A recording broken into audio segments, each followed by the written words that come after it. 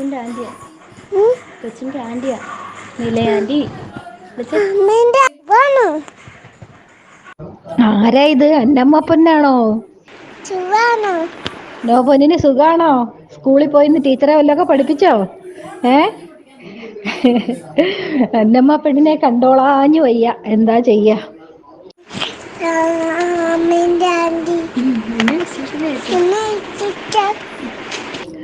ആ എന്നമ്മേ സുഖമായിട്ടിരിക്കട്ടോ, കുഞ്ഞിനെ നോയിക്കോണേ.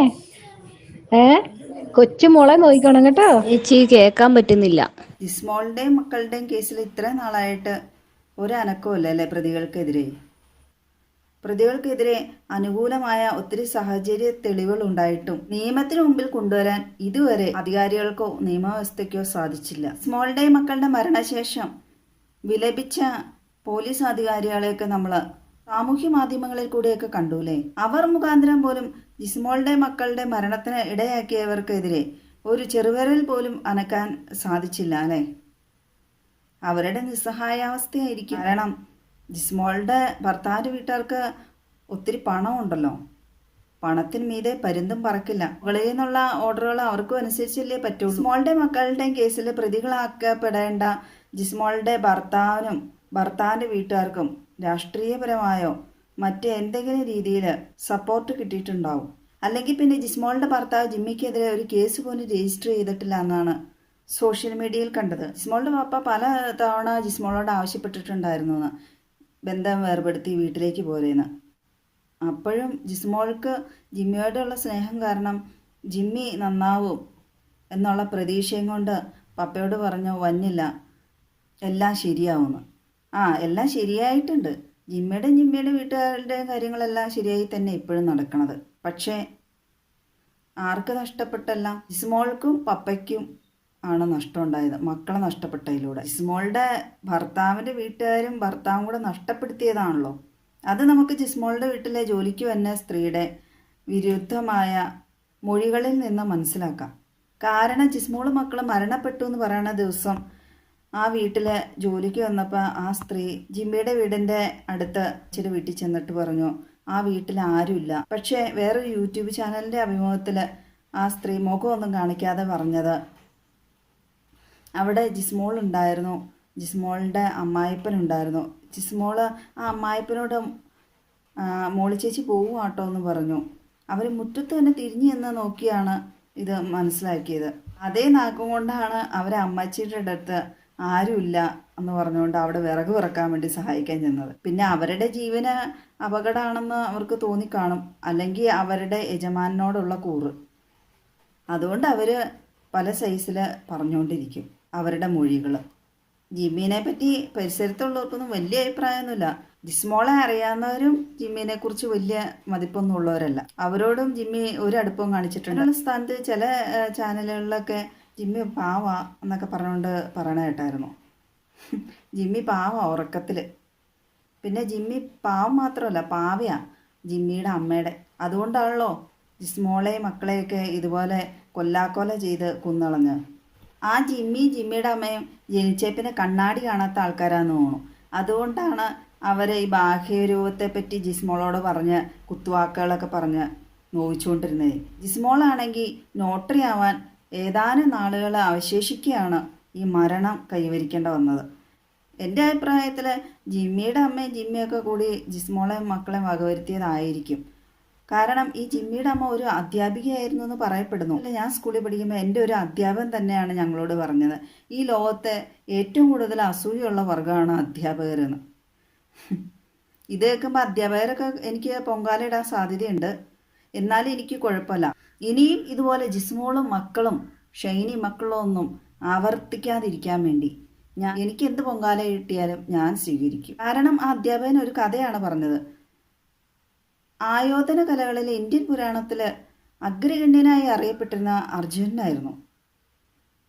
അപ്പോൾ അദ്ദേഹത്തിൻ്റെയൊക്കെ ഗുരുവായ ദ്രോണാചാര്യർ മുതൽ എല്ലാവർക്കും അർജുനനോട് പ്രത്യേക താല്പര്യമായിരുന്നു, വലിയ ഇഷ്ടമുള്ളൊരു ശിഷ്യനായിരുന്നു. പക്ഷേ അവിടെ ഒരു കാട്ടിൽ വസിച്ചിരുന്ന താഴ്ന്ന വിഭാഗത്തിൽപ്പെട്ട യുവാവായിരുന്ന ഏകലവ്യൻ മരത്തിൽ കയറുന്ന ഒളിച്ചും പാത്തും പതുങ്ങിയൊക്കെ ഈ ദ്രോണാചാര്യര് ഈ ആയോധന കലകൾ അഭ്യസിപ്പിക്കണത് കണ്ടുപഠിച്ചു. ഈ അർജുനേക്കായും അഗ്രഗണ്യനായി അങ്ങനെ ഏകലവ്യൻ ആയി. അപ്പം ഇത് ഒരു ദിവസം ദ്രോണാചാര്യർ കണ്ടുപിടിക്കുകയോ അദ്ദേഹം പിന്നീട് ഏകലവ്യനെ ശിഷ്യനാക്കി പഠിപ്പിച്ചെടുക്കുകയൊക്കെ ചെയ്തു. പക്ഷേ അവിടെ ഒരു കെണിയുണ്ടായിരുന്നു. വിദ്യാഭ്യാസം എല്ലാം പൂർത്തിയാക്കി കഴിയുമ്പോൾ അന്ന് ഗുരുക്കന്മാർക്ക് ദക്ഷിണ കൊടുക്കുന്ന ഒരു ചടങ്ങുണ്ട്. അന്നേരം ഈ ഏകലവ്യൻ്റെ ഊഴം വന്നപ്പോൾ ഈ ദ്രോണാചാര്യർ ദക്ഷിണയായിട്ട് ഏകലവ്യനോട് ചോദിച്ചത് അദ്ദേഹത്തിൻ്റെ ഈ തള്ളവിരലായിരുന്നു. കാരണം ഈ തള്ളവിരലുണ്ടെങ്കിലേ അമ്പ ചെയ്യാൻ പറ്റുള്ളായിരുന്നു. അത് പോയിട്ടുണ്ടെങ്കിൽ ഈ ഏകലവ്യൻ ഒരിക്കലും പിന്നെ അർജുനേക്കായി മുമ്പേ പോവില്ല. അതുകൊണ്ട് മാത്രമല്ല ഏകലവ്യൻ്റെ അഗ്രഗണ്യത ദ്രോണാചാര്യയേക്കാൾ മികച്ചനായി പോകുമെന്ന് ദ്രോണാചാര്യർക്കും പേടിയായിരുന്നു. അപ്പോൾ അതിന് മനസ്സിലാക്കാലോ, എല്ലാ അധ്യാപകരും നല്ലവരുമല്ല, അന്ന് അധ്യാപകരിൽ എല്ലാവരും ചീത്തയല്ല. ജിസ്മോളുടെ മൂത്ത കുഞ്ഞ് അഥവാ സംസാരിക്കാറായുള്ളൂ, ഇളകൊച്ച് തീരെ കുഞ്ഞാണ്. ആ കൊച്ച് സംസാരിക്കും പോലെ എത്ര മക്കൾ ഫോൺ എടുക്കുമ്പോൾ സുഖമാണോ എന്ന് ചോദിക്കും. അതൊക്കെ ആ ജിസ്മോളുടെ ഗുണമായിരിക്കും. അമ്മമാർ ഫോണിൽ കൂടെ സംസാരിക്കണ കേട്ട് കാണുമല്ലോ. ചെറുപ്പത്തിലെ എൻ്റെ 1-2 ഫ്രണ്ട്സ് പറയുമായിരുന്നു, അതിബുദ്ധിമാന്മാർക്കും ബുദ്ധിമാന്ദ്യം ഉള്ളവർക്കും പിന്നെ അതിസൗന്ദര്യമുള്ളവർക്കും ആയുസ് കുറവായിരിക്കുന്നു. അപ്പം ഞാൻ പറയും, അപ്പം എനിക്കൊക്കെ ആയുസ് കൂടുതലായിരിക്കില്ലേ എന്ന്. എനിക്ക് തോന്നണു തമാശയ്ക്കാണെങ്കിൽ പോലും അതാണോ ജിസ്മോളുടെ മക്കളുടെയും കാര്യത്തിൽ സംഭവിച്ചതെന്നിപ്പം. എന്തൊക്കെ മുടന്ന ന്യായങ്ങൾ നിരത്തി ഈ ജിസ്മോളുടെ മക്കളുടെ മരണം ആത്മഹത്യയാക്കി തീർക്കാൻ നോക്കിയാലും ദൈവത്തിൻ്റെ ഒരടയാളം ബാക്കിയാകും. അവരെ കൊല ചെയ്താണോ അല്ലയോ എന്നറിയാം. ജിസ്മോള് പപ്പയോട് പല പ്രാവശ്യം പറഞ്ഞിട്ടുണ്ടെന്ന്, പപ്പ ഒരിക്കലും ഞാൻ ആത്മഹത്യ ചെയ്യില്ല. കാരണം ജിസ്മോള് ഒരു എല്ലാം അഡ്വക്കേറ്റാണ്, ഉടനെ നോട്ടറി ആവുന്ന ഒരാളാണ്, മാത്രമല്ല പഞ്ചായത്ത് പ്രസിഡൻ്റാണ്.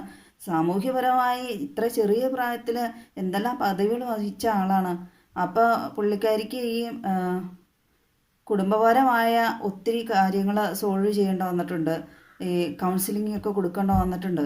അപ്പോൾ അങ്ങനെ മറ്റുള്ളവരുടെ കാര്യങ്ങൾ പരിഹരിക്കുന്ന ആൾക്ക് ഒരിക്കലും ആത്മഹത്യ ചെയ്യാൻ കഴിയില്ല എന്ന് അത് പപ്പയോട് പറയുമായിരുന്നു. പിന്നെ ഡൈവേഴ്സ് കേസുകളിലൊക്കെ താമസമുണ്ട്.